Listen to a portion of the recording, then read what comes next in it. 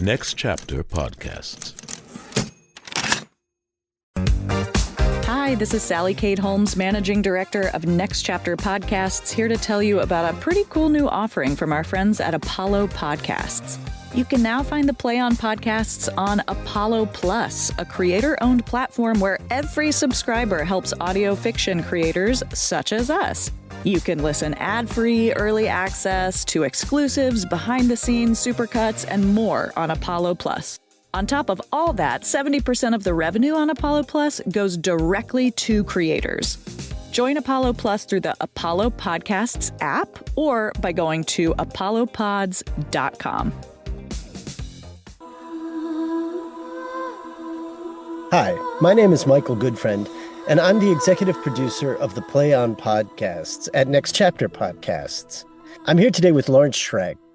He is an award-winning composer born and raised in Montreal. He earned a degree in music composition at Berklee College of Music in Boston and did additional studies at Eastman School of Music in Rochester, New York. He is an incredible musician and, I would say, musical explorer who's written over 200 scores for feature films, TV movies, documentaries, and television series in myriad styles, including ambient, intimate, roots, world music, and large orchestral scores. He also is the composer of the music and the songs that permeate the Tempest, the series that you've been listening to on Next Chapter Podcast. It is my honor to have Lawrence with me here today. Lawrence, welcome to the bonus content series for the Tempest at Next Chapter Podcasts. Thank you for having me. It was a privilege to be part of it. When did you know you were a musician? I think when I was about 16, I wanted to write film music, and I don't know where that came from or why. I wanted to tell stories with music in some fashion. And I have no idea how that emerged, except, I started to play piano around then, and it just seemed to fit. I don't know why. That was your first instrument, piano? Yeah. And you started as a teenager. You didn't start as a child. Yes, I had an incident where I broke my back, and I wasn't allowed to play sports. So I started to play piano. It seemed like a safer direction. You were able to play the piano with a broken back? Well, I was in a body cast, but I could still move my hands. Yeah. Is it a subject you want to get into, how the accident happened? No, as a Montreal kid, I was tobogganing. Of course. Of course. One of the most common accidents in Montreal, from what I understand. Toboggan accidents. Yeah. How long did it take you to recover? Did you ever fully recover? Oh, I fully recovered, but it allowed it was a gift because it changed the direction of my life, and I'm grateful. You had been an athlete prior to that, you said, or let's just say the shortest book in history is Jewish sports heroes. I was not one of them. Okay. Career was not in that direction. And so you started learning the piano, and did you, at the time, were you just improvising freely on keyboard and learning? I mean, I liked a lot of pop music and blues and rock and roll, and I just started studying with someone who was a good fit, and he had gone to Berklee College, and I went, oh, well, if Leon could do it, maybe I could do it. So, And what was his name? Leon Aronson. Would we know any of Leon Aronson's music? Does any of it exist? Leon was a Montreal composer, and at the time when I met him, he was music director of Hair. So this is how long ago it was. And I figured if he could sit around looking at nude women on stage and smoke pot, I that's a job for me. Which Hair? Was it the Hair on Broadway? No, in Montreal. And he was the music director. Yeah. What exactly does a music director do? he makes sure that the performance is right, the arrangements are good, the vocals are, everyone's got their parts, everyone's got their understands what they need to do, and he manages the whole thing. It's exactly what a producer does in a podcast, but specifically for the musical entities. So vocals, musicians, performance, yada yada. And you went from piano to any other instruments, or did you just stay with the piano? No, I mean, I stayed on piano. I'm a piano player. I'm not a pianist, and which is a huge distinction. Can you draw that out for us? What is the distinction between a pianist and a piano player? A pianist you want to hear, a piano player you don't. I can get around, but I would never hire myself. So the instrument, the piano, becomes a tool for you. Yeah, it's a writing tool for me. My instrument is a pencil, or in the old days was a pencil. I wrote music. And do you remember the first thing you wrote? I don't, when I was 16, 17, I would start hearing melodies and it would be like, oh, I had no idea where that was coming from. And, but I thought, oh, maybe I could do something with this.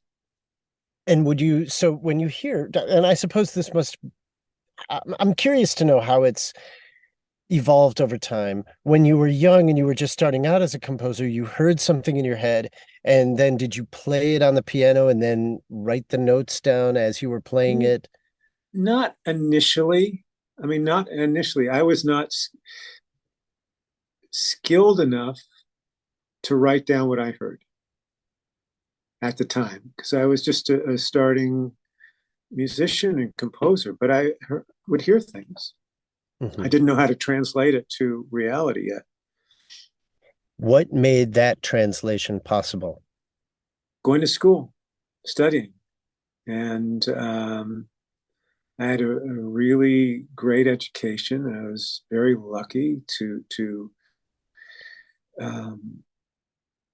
find a place that was a good fit for me. I mean, I loved improvisation. I loved jazz. I loved blues. I mean, Berkeley was the right school for me. And at the time when I guess it was my third year, they were just starting a film music program. And I was in the first class of that. And I clicked with that particular teacher, and his name was Don Wilkins, and he was a huge inspiration for me in terms of wanting to do film music. And so.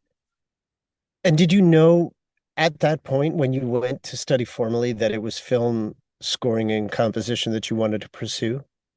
Totally. So what did it emanate out of a love of film? I love film. Yeah. And I love music. And I went, oh, I wonder if I could do this. I wonder if I could tell stories for film, with music in some fashion. And it was, I have no idea where that thought came, but it was the right thought. And growing up in Montreal, there was a National Film Board, and it was, everyone held it as a place of reverence, of all these beautiful short films and all of this artistic material. And yes, I wonder if I could do music for them, right? And how do I go about doing that? And so it kind of worked out in some miraculous fashion. So you specialized in that. That was your focus at Berkeley. Totally.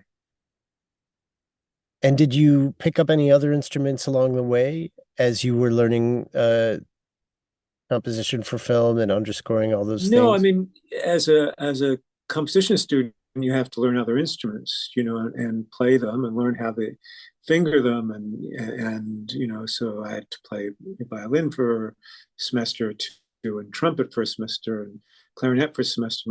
My trumpet playing was so bad, my roommates made me practice in the closet with the bell of the trumpet in my laundry bag. It was horrific, a horrific noise. And yet Thankfully, I wasn't marked. My composition wasn't marked by my trumpet play. But that's so interesting. So a composer has to have a familiarity with as many instruments, I would imagine, as possible in order Yeah, to. yeah. You have to know how to write for them. You have to know what the ranges are. Are the sweet spots? What instrument could work with this film, or what colors do you want to use? What's appropriate?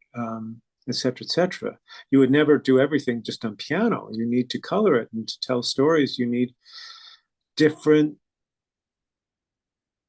uh, different instrumentation, different ideas, different possibilities, an expansive palette. What was the first film that you did musical composition for? Do you remember?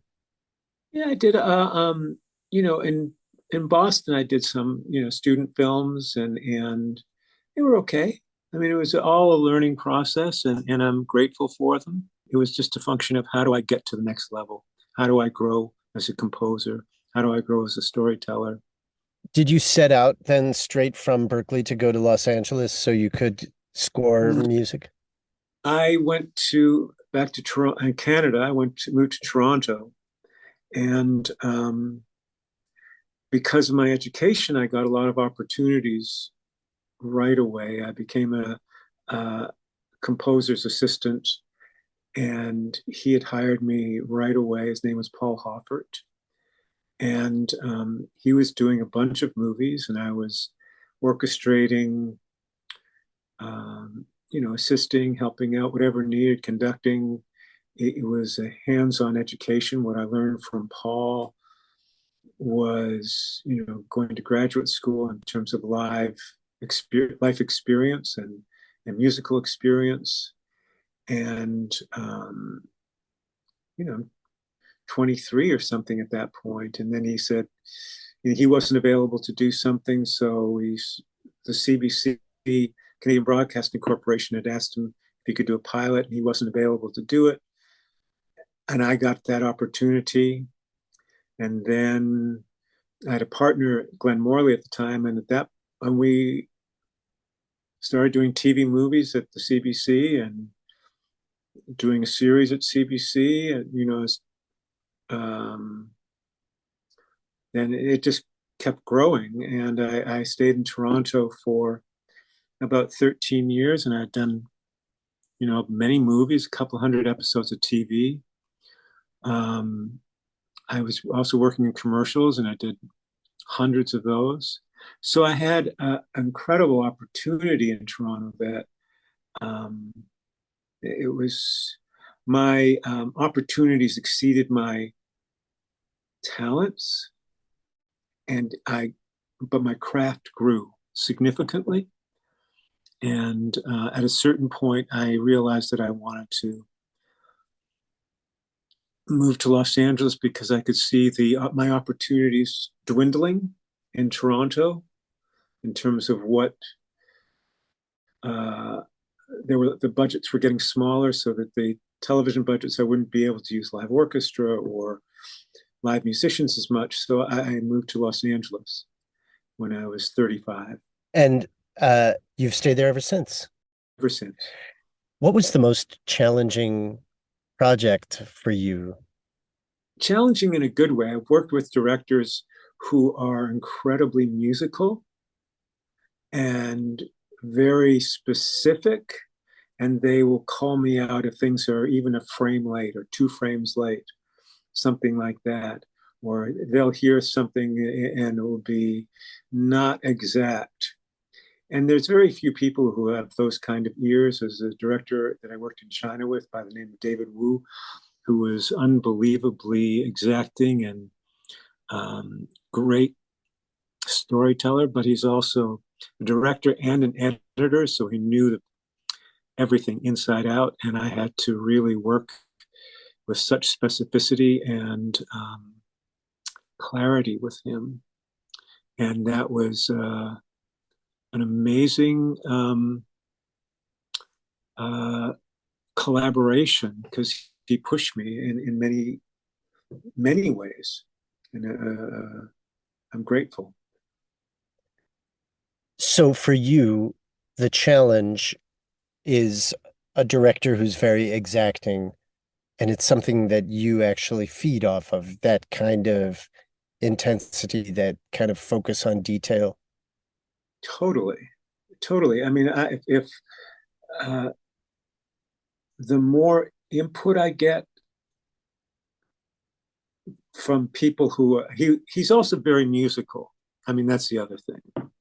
And it's a great understanding of film music. He was also a composer, so he knew he could tell me things with a different insight than other directors who are not as musical wouldn't be able to do. Join Play On Premium to get merch like t-shirts, hoodies, and coffee mugs, ad-free episodes, and bonus content video featuring interviews with the actors, producers, playwrights, and directors who brought it all to life. Go to ncpodcasts.com and subscribe to Play On Premium to support the art and the artists. What, in your mind or to your ear, makes for a great score or musical composition for film? What does it need to have to it? It should be invisible. It should be felt and not heard. It should tell the story with the same character and spice that the actors bring to it. It should tell the story in a unique way. Ideally, is it something that you would get the story of a film just by listening to the score? I mean, if you listen to a score in isolation. Yeah, I mean, I don't want to hear scores that are generic. Mm-hmm. I mean, there are many wonderful scores that are beautifully written but characterless, and I'm less, they're incredible scores, but for me, I want to hear something that has a uniqueness and a color palette that's different and a storytelling that's different. What are some of your favorites? There are hundreds of scores that I find inspiring. I was originally inspired by Henry Mancini, Jerry Goldsmith. Henry Mancini as a melodicist, Jerry Goldsmith from a dramaturgical perspective, from a coloristic perspective. And it goes through. I mean, I'm a huge fan of Thomas Newman, people who have unique voices but tell stories beautifully. Can you give us some examples of a Henry Mancini film that you love the score of? Molly Maguire's Wait Until Dark.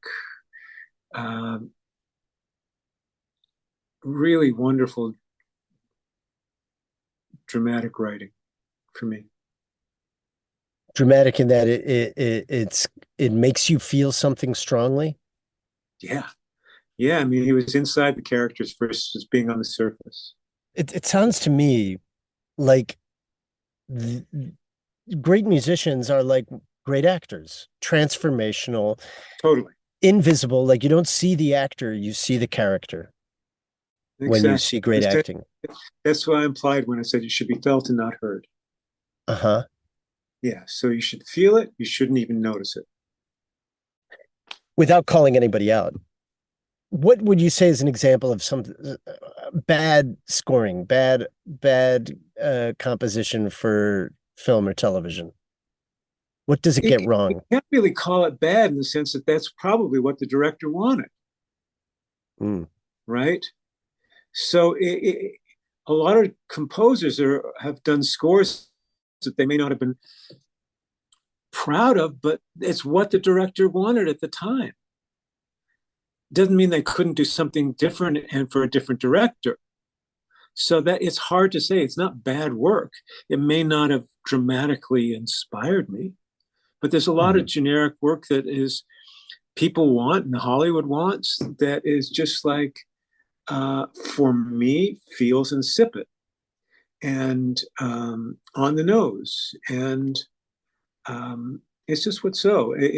I'd prefer to do something that has a bit more character.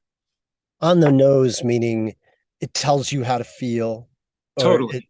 in other words, it's something that's patronizing to a listener or Uh, to a viewer. but that's probably what the director needed. Mm-hmm.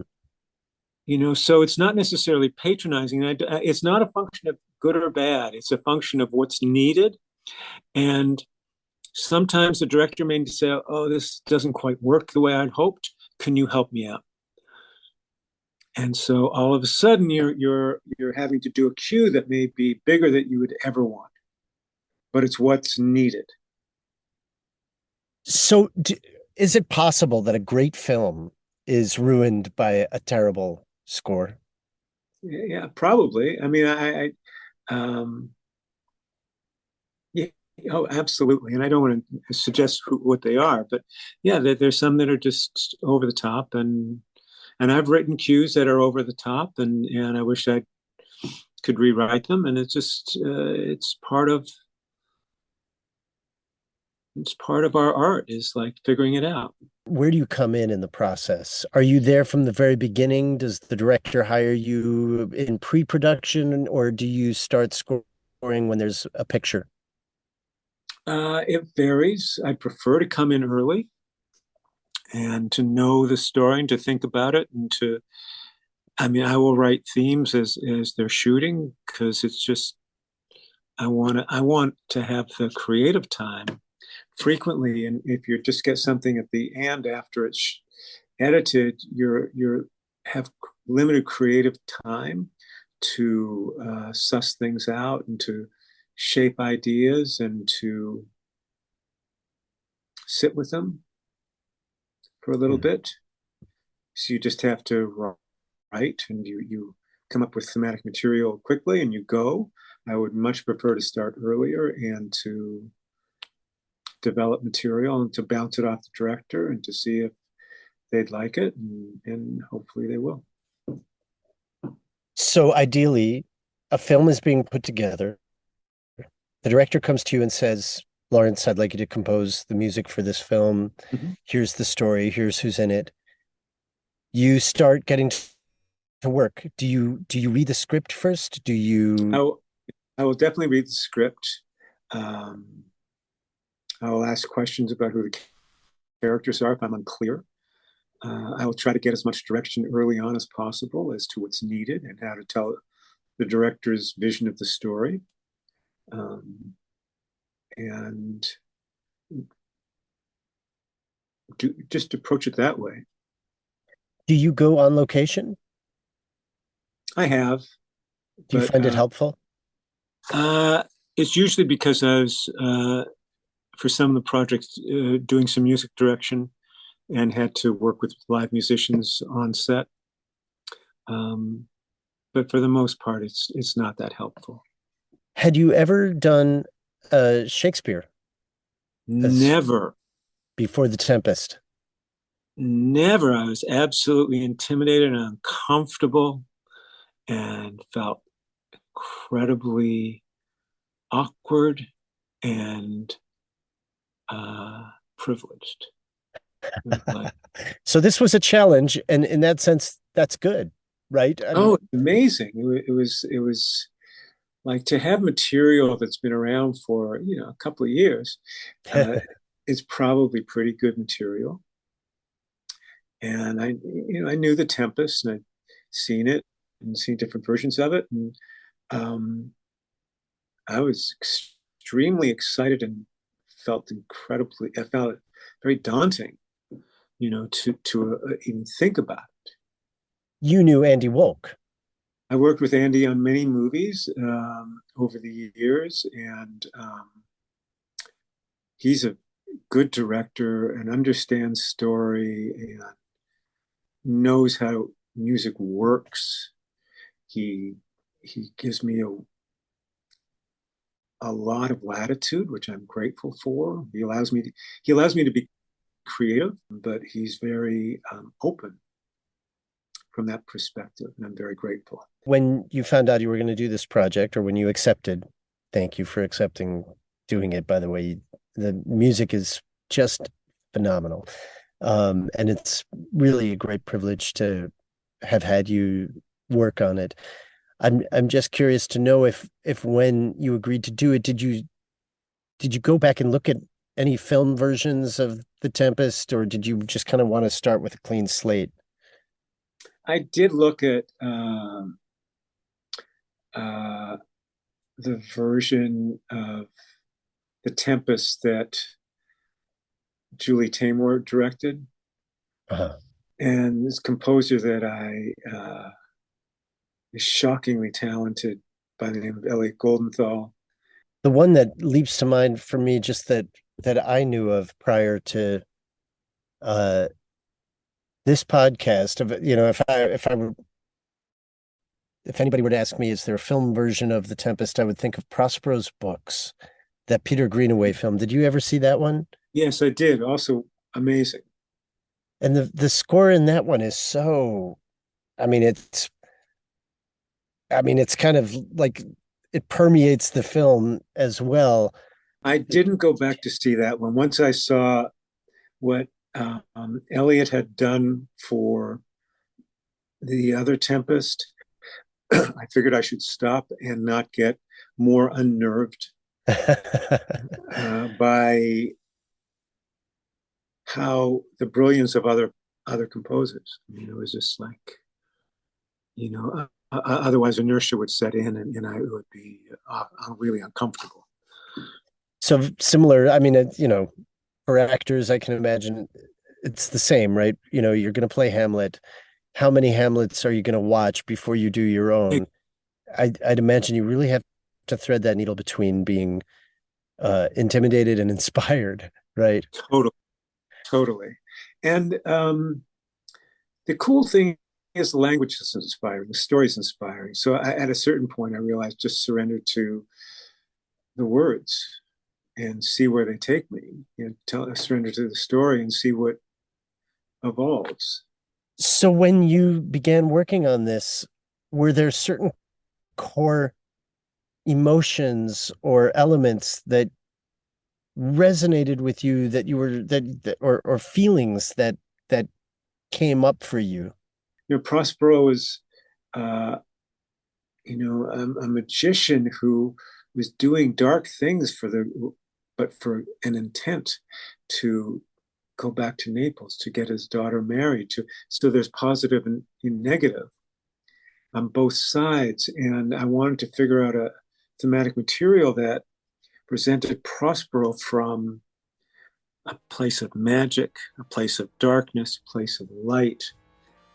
And how do you go about doing that from a thematic perspective and from a coloristic perspective? And finding that, all of that material. You've been listening to the Play On Podcast bonus content series. You can learn more about the Play On Podcasts at Next Chapter Podcasts website, ncpodcasts.com. That's N as in next, C as in chapter, podcasts with an S at the end.com, where you can find other Play On podcast series and interviews, along with talk podcasts like The 500, The 10, Beef with Bridget Todd, and a whole lot more. I'd like to thank Jeremiah Tittle, the founder of Next Chapter Podcasts, and my producer, Pete Musto. Our audio engineer and editor is Justin Cortese. Be sure to subscribe to Next Chapter Podcast for updates on all the latest content, and don't forget to rate and review our shows. I'm Michael Goodfriend, and I look forward to sharing more incredible works in the Play On Podcast series with you, along with lots of enlightening bonus content at Next Chapter Podcasts.